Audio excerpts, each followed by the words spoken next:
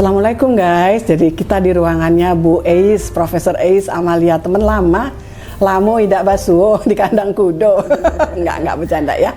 Bu Eis bukan orang Minang, beliau orang Sunda, orang Cirebon, orang Kuningan, orang Jawa Barat, turunannya Sunan Gunung Jati. Jadi wajahnya itu Indonesia ada, Orientalnya ada, Ngarapnya ada, jago bahasa Arab, pinter ngaji. Berlebihan baca. Tapi enggak, beneran loh. Ada bukunya yang menulis tentang sejarah ekonomi Islam ya. Apalagi tuh. Pokoknya kaitan sama historical, economical, syariah, terus interrelation dengan hadisnya, Qurannya, semuanya ada. Dan para scholar dari sebelah sana ya, yang memang kita rujuk dan belakangan baru kita tahu bahwa banyak sekali scholar Islam yang belum dibunyikan di kampus-kampus gitu loh, kecuali kita khusus belajar. Mbak Ica udah punya belum sih buku saya Sejarah Pemikiran Ekonomi Islam? Udah, pertama aku dikasih, kedua aku beli. Oh, tadi yang terakhir buku saya yang UKM belum. UKM, oh iya lupa saya bawa. Terus yang halal, nanti pas pulangnya mampir ambil buku boleh. Oke, siap. Atau nanti hari Jumat ketemu tak bawa ya.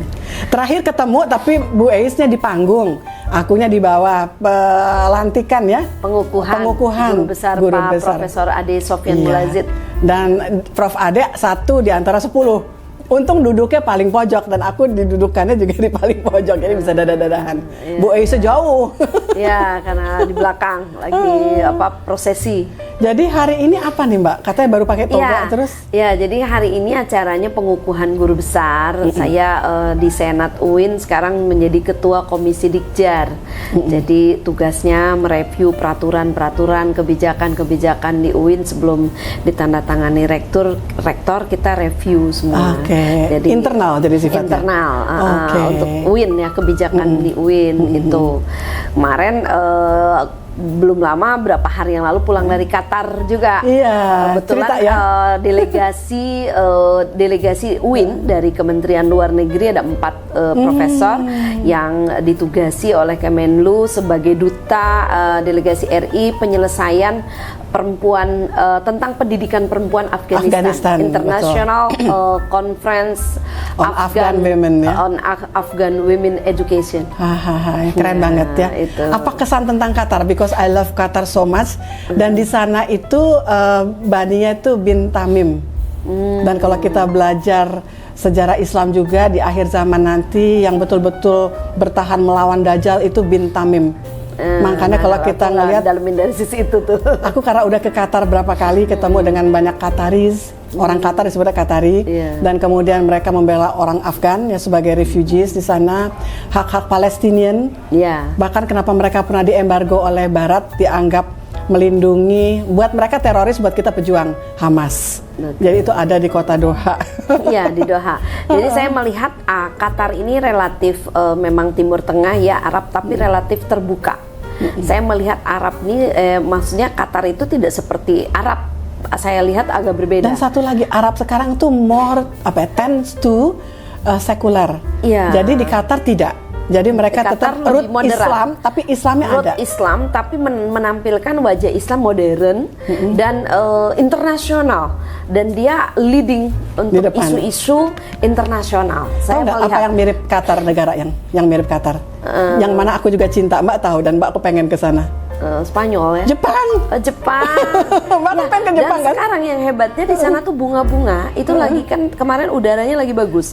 Jadi tanaman-tanaman bunga itu lagi subur dan mereka sedang mengembangkan apa yang namanya farming yang aku beli dari Mbak Ica, hidroponik.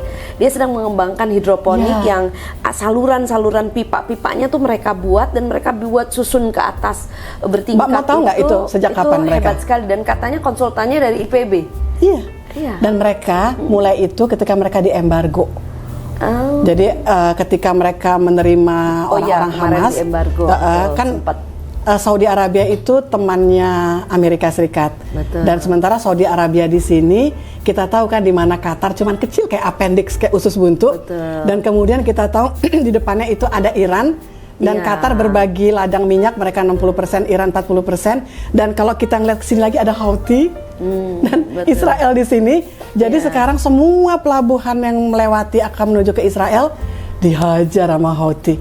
Dan sekarang ekonomi Israel jatuh karena tidak ada lagi kapal-kapal yang berlayar di sana. Dan sebagian para aktivis itu adanya di Doha. Iya. Jadi Qatar itu penduduknya cuma 3 juta. Dan dari 3 juta itu dia 500 yang originally Qatari.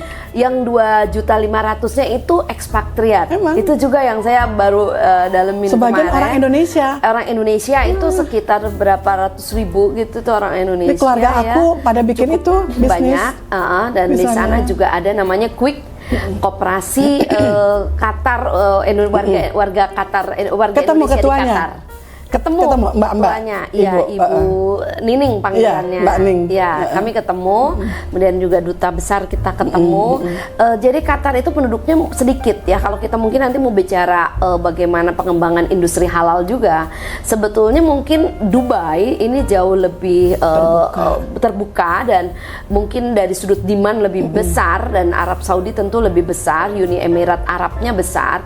Qatar hanya kecil saja, tapi kita bisa melihat Qatar ini sebagai hub untuk bagaimana produk-produk UKM itu melalui Qatar bisa masuk ke Uni Emirat Arab targetnya. Kalau mau kita berpikir UKM kita nih untuk bisa masuk ke sertifikasi halal, tapi untuk go internasional, global, dalam hal ini minimal ke Arab Saudi dan Timur Tengah lewat Qatar, itu juga saya kira sangat strategis. Walaupun masing-masing punya halalnya sendiri ya. Punya. Jadi sama kita punya BPJPH, LP POM. Betul. Itu sudah ada MOU yang cepat ngerjain within one day, itu Qatar. Nah, terus itu. UEA itu sekitar seminggu.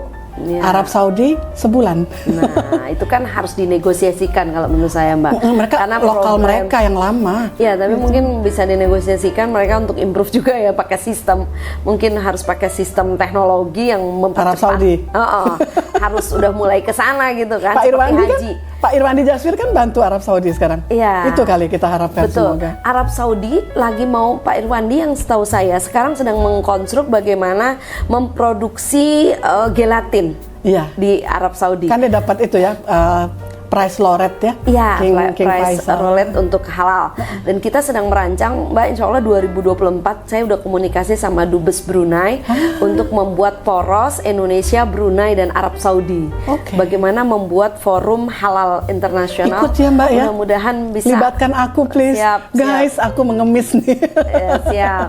Jadi kita bicara dari mulai kampus, kita udah bicara teori, bicara macam-macam. Ternyata sekarang kan aplikasinya adalah bagaimana kita membantu para UKM kita untuk mereka sadar halal dan nggak berhenti hanya untuk sertifikasi halal, tapi bagaimana produk mereka dikembangkan industrinya di level nasional dan terutama go internasional. Setuju. Jadi belum lama ini saya, Mbak Ica, habis mengadakan acara mengundang 500 UKM, Mbak Ica. Alhamdulillah kami kerjasama sama Baznas difasilitasi untuk membantu para UKM ini kan.